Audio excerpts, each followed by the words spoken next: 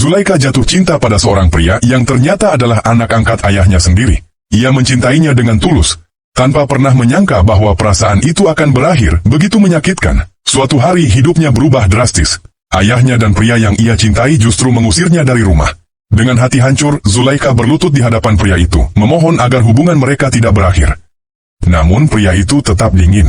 Ia bersikeras memutuskan hubungan, bahkan mengatakan bahwa kini ia sudah mendapatkan kekuasaan dan kekayaan yang diinginkannya. Tanpa ragu, pria itu membuang cincin yang pernah diberikan Zulaikha. Namun Zulaikha masih berpikir itu hanya candaan. Hingga akhirnya pria itu menegaskan bahwa ia tidak ingin melihatnya lagi. Zulaikha tidak mengerti. Ia adalah putri kandung, tetapi mengapa posisinya terasa lebih rendah dibandingkan anak angkat? Ayahnya pun memberikan syarat yang menyakitkan. Ia hanya boleh kembali ke rumah jika melepaskan hubungan tersebut. Di saat itulah Zulaikha mulai melihat semuanya dengan jelas. Dengan hati yang penuh luka, ia bersumpah suatu hari nanti akan membuat pria itu menyesal. Tak lama kemudian ayahnya mengirimnya ke Jepang. Sejak saat itu Zulaikha menghilang selama 5 tahun. 5 tahun berlalu. Kabar duka datang, ayahnya meninggal dunia. Namun yang lebih mengejutkan, seluruh warisan yang seharusnya menjadi milik Zulaikha, justru jatuh ke tangan anak angkat tersebut. Di hari itu, Zulaikha kembali. Tanpa ragu, ia langsung menghadapi pria itu. Segelas anggur ia siramkan ke wajahnya, menuduhnya telah berani mengubah wasiat ayahnya. Dengan tatapan penuh amarah, ia mengatakan bahwa dirinya telah kembali, dan mulai saat itu ia akan menghancurkan hidup pria tersebut. Namun setelah Zulaikha pergi, pria itu tiba-tiba jatuh pingsan di sofa. Ternyata selama ini ia menyimpan rahasia besar. 5 tahun lalu ia didiagnosis menderita penyakit serius. Dokter mengatakan waktunya tidak lama lagi. Ia tahu, jika Zulaikha tetap bersamanya, maka gadis itu akan menanggung penderitaan yang lebih besar di masa depan. Karena itulah, ia memilih cara yang paling kejam, memaksa Zulaikha membencinya. Ia rela dianggap jahat, asalkan Zulaikha bisa hidup tanpa terikat padanya. Kini, waktu yang tersisa baginya semakin sedikit. Temannya sempat bertanya, apakah ia tidak takut Zulaikha akan membencinya selamanya jika mengetahui kebenaran. Namun pria itu hanya tersenyum pahit. Ia berharap 5 tahun cukup untuk membuat Zulaikha melupakannya. Sayangnya, saat Zulaikha kembali, ia menyadari satu hal, perasaannya tidak pernah benar-benar hilang. Di sisi lain, Zulaikha juga datang ke rumah sakit untuk menemui pria itu. Ia ingin melihat sendiri bagaimana akhir dari pria yang ia anggap telah menghancurkan hidupnya. Ia bahkan mencoba memeriksa catatan medis ayahnya, tetapi semua data telah ditutup rapat. Bahkan sebagai anak kandung, ia tidak memiliki akses. Satu-satunya cara untuk mengetahui kebenaran adalah melalui pria itu. Namun pria tersebut dengan santai mengatakan bahwa ia telah mewarisi semua harta ayahnya, dan penyebab kematian itu tidak lagi penting. Ucapan itu membuat Zulaikha semakin marah. Ia tidak mengerti mengapa ayahnya memilih mengadopsi pria itu, bahkan memperlakukannya lebih baik daripada dirinya sendiri. Ia pun menuduh pria itu telah menjebak ayahnya demi mendapatkan segalanya. Dengan dingin pria itu menjawab bahwa, dibandingkan perasaan yang dianggapnya tidak berarti, ia lebih memilih kekuasaan dan kekayaan. Kata-kata itu menjadi pemicu terakhir. Zulaikha pun bersumpah, ia akan membalaskan dendam ayahnya, apapun yang terjadi. Dan dari sinilah, rencana balas dendam itu benar-benar dimulai. Zulaikha pergi ke rumah sakit untuk mencari kebenaran di balik kematian ayahnya. Namun, pamannya mencoba menghentikannya dengan mengatakan bahwa rumah sakit itu adalah milik pribadi, dan semua yang terjadi di sana berada di bawah kendali saudara laki-lakinya.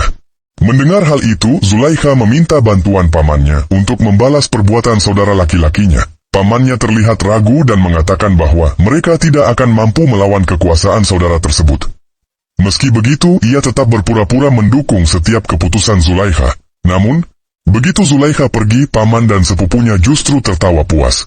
Ternyata, merekalah dalang di balik kematian ayah Zulaikha. Di sisi lain, Zulaikha sebenarnya sudah lebih dulu curiga. Ia diam-diam meminta asistennya menyelidiki keluarga pamannya, karena ia yakin saudara laki-lakinya tidak mungkin mengkhianati ayah mereka. Ia percaya pelaku sebenarnya bukanlah orang yang selama ini dituduhkan. Dengan tekad kuat, Zulaikha mendobrak kamar ayahnya menggunakan tongkat baseball. Saat memasuki ruangan itu, kenangan masa kecilnya bersama sang ayah kembali terlintas di benaknya. Hingga akhirnya ia menemukan sebuah USB yang tersembunyi di dalam lemari. Di dalam rekaman itu ayahnya menyampaikan permintaan maaf. Ia menyesal telah mengirim Zulaikha ke luar negeri dan memperlakukannya dengan dingin. Ia mengaku semua itu dilakukan karena tidak ingin putrinya terlibat dalam masalah besar yang sedang ia hadapi. Ayahnya juga mengatakan bahwa seluruh warisan telah diserahkan kepada Zulaikha, dan ia harus menjaganya agar tidak direbut oleh siapapun. Sebelum rekaman berakhir, ayahnya memberi peringatan, jika sesuatu terjadi padanya, maka hal itu kemungkinan besar berkaitan dengan anak angkatnya. Zulaikha terkejut. Ia mulai menyadari bahwa kematian ayahnya benar-benar berhubungan dengan saudara laki-lakinya. Saat ia masih tenggelam dalam pikirannya, tiba-tiba ia menyadari seseorang berdiri di luar pintu. Itu adalah saudara laki-lakinya. Emosi yang selama ini ia pendam akhirnya meledak.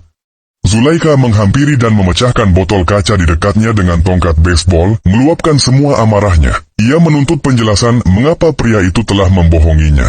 Ia masih ingat jelas bagaimana dulu dirinya diusir dan dijauhkan. Namun di luar dugaan, pria itu justru terlihat senang melihat Zulaikha berbicara padanya dengan penuh emosi. Zulaikha dengan tegas mengatakan bahwa selama 5 tahun ia tidak kembali karena tidak ingin melihat wajahnya lagi. Dan perasaannya telah lama hilang. Mendengar itu, pria tersebut tak mampu menahan air mata. Sebelum pergi, Zulaikha menegaskan bahwa mulai hari itu, yang tersisa di antara mereka hanyalah kebencian. Pria itu terpukul dan tak mampu menerima kenyataan.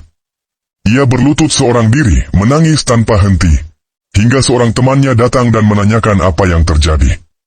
Dengan suara lemah, ia mengaku bahwa Zulaikha sudah tidak mencintainya lagi. Tiba-tiba penyakitnya kambuh. Ia mulai muntah dan terlihat sangat lemah. Dari dalam mobil, Zulaikha melihat kejadian itu. Tanpa berpikir panjang, ia bergegas turun untuk memastikan keadaannya. Namun ternyata pria itu hanya berpura-pura sadar. Ia kembali bertanya apakah Zulaikha benar-benar sudah tidak memiliki perasaan lagi. Zulaikha pun marah besar, merasa dirinya dipermainkan. Pria itu justru mengaku bahwa ia senang melihat Zulaikha panik. Hati Zulaikha semakin terluka. Ia akhirnya pergi dengan amarah yang tak tertahankan. Sementara itu, pria tersebut benar-benar tak sanggup menahan kondisinya lagi, dan akhirnya jatuh pingsan.